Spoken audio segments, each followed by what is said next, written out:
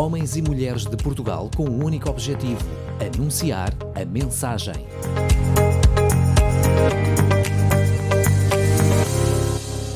Olá, sou o Tiago Neves, pastor da Igreja Vida Lisboa, e hoje gostava de falar com vocês acerca do tema Deus sabe como redimir a tua história. Não há história de vida mais difícil que Ele não possa mudar. O propósito de Jesus para a tua vida é que tu tenhas vida por meio dele. Quando tu não consegues ver a imagem total de tudo o que está diante de ti, confia que Deus consegue. Quando tu sentes que não há mais nenhum caminho para a liberdade, confia que Deus sabe como te tornar livre. Quando tu não sabes como a tua história pode ser redimida, confia que Deus já está a trabalhar para o teu bem. Há uma história na Bíblia, em Lucas, capítulo 7, versículos 11 a 16, que nos fala acerca de uma mulher que era viúva e que perdeu o seu único filho. A Bíblia conta-nos o seguinte: depois disto, Jesus foi a uma cidade chamada Naim. Iam com ele os seus discípulos e uma grande multidão. Quando estava à porta da cidade, viu que passava um funeral.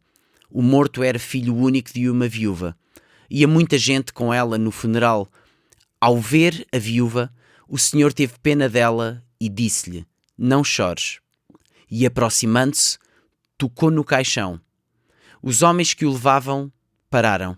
Jesus disse então: rapaz, sou eu quem te diz, levanta-te. Nisto o rapaz sentou-se e pôs-se a falar. Jesus entregou-o à mãe. Ficaram todos muito impressionados e davam glória a Deus, dizendo: um grande profeta apareceu entre nós. Deus veio visitar o seu povo. Podemos dizer que, da perspectiva sociocultural da época, a história desta mulher tinha terminado com aquele funeral. Dali em diante não era mais uma questão de viver, mas de sobreviver. Há dificuldades em que nos encontramos por responsabilidade nossa, há outras dificuldades que enfrentamos que não foram por responsabilidade nossa. Independentemente disso, a Bíblia mostra-nos o seguinte: que Deus sabe como redimir a nossa história. De acordo com o dicionário, redimir significa obter novamente, reaver, conseguir a libertação ou a salvação de alguém. Neste processo, houve 4 coisas que Jesus fez para redimir a história daquela mulher. Em primeiro lugar, ele viu-a. A Bíblia diz o seguinte: ao ver a viúva, o Senhor teve pena dela. Deus vê-te tal e qual como estás e ama-te tal e qual como és. A compaixão que Jesus sentiu por aquela mulher foi porque Jesus viu a dor dela. Ele viu que a sua vida tinha ficado comprometida. Por vezes Deus vê a nossa dor, por vezes Ele vê a nossa fome por Ele, a nossa vontade de conhecê-lo, de sabermos mais acerca dele. Tal como aconteceu com a história de Zaqueu. A fome que Zaqueu teve por conhecer Jesus criou a oportunidade de o receber em sua casa, e sempre será assim. A Bíblia diz-nos o seguinte: buscar-me-eis e me achareis quando me buscardes de todo o coração. A tua vida nunca ficará indiferente ao olhar de Jesus. Ele vê-te, Ele sabe quem tu és, Ele sabe como estás. Em segundo lugar, Jesus falou com ela. A Bíblia diz o seguinte: ao ver a viúva, o Senhor teve pena dela e disse-lhe: não chores. Estranho, não chores. Imaginem aquela mulher. Jesus, estou no meio de um funeral e que por sinal é o funeral do meu filho. Como assim não chores? Como assim não chorar? Há muita coisa que podemos dizer num funeral. Não chores não é uma delas. Soa desapropriado, assim como muita coisa desapropriada que muitas pessoas dizem a outras em momentos de dor. Eu acho que uma das aprendizagens mais importantes e bonitas da vida é percebermos que não temos que ter sempre alguma coisa para dizer. Não saber o que dizer, reconhecer isso e escolher ficar calado revela muitas vezes sabedoria. Jesus disse o que disse porque sabia o que ia fazer a seguir. Por mais que a intenção seja boa, eu não posso confiar nas palavras de alguém que me diz: vai ficar tudo bem, quando o futuro é incerto. Mas quando é Jesus a dizer-me isso, é porque vai ficar tudo bem. É porque Ele sabe o que está a fazer e a nós basta-nos confiar no que Ele diz.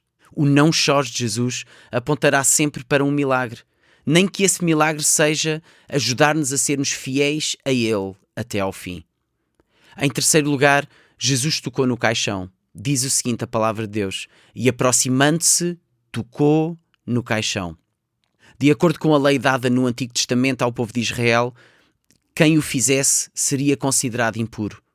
A verdade é que aquilo que Jesus veio fazer à Terra foi tornar a nossa vida impura numa vida pura.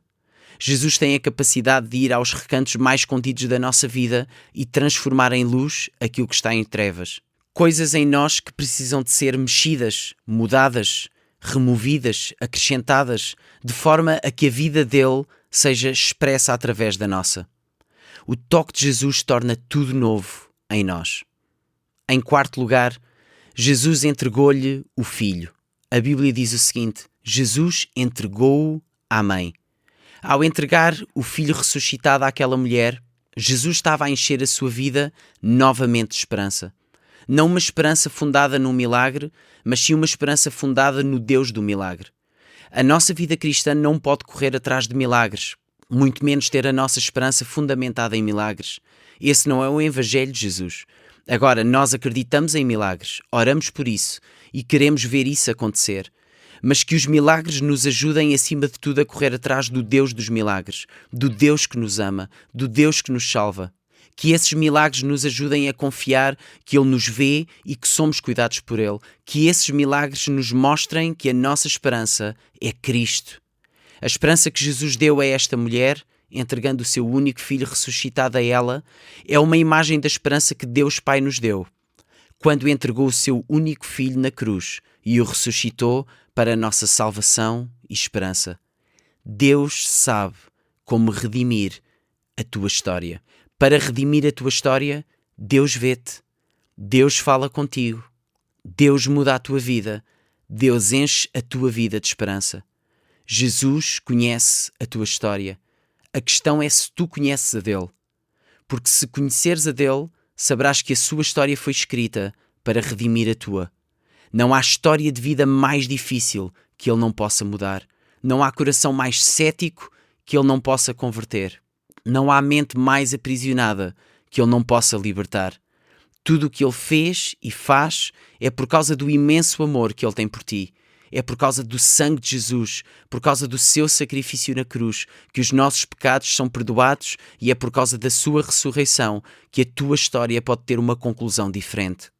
O nosso desafio é que aceites Jesus no teu coração hoje, que o conheças e que experimentes o seu amor por ti. Programa A Mensagem. Todas as semanas, um devocional para ti. Entre em contacto connosco pelo e-mail geral@rtmportugal.org.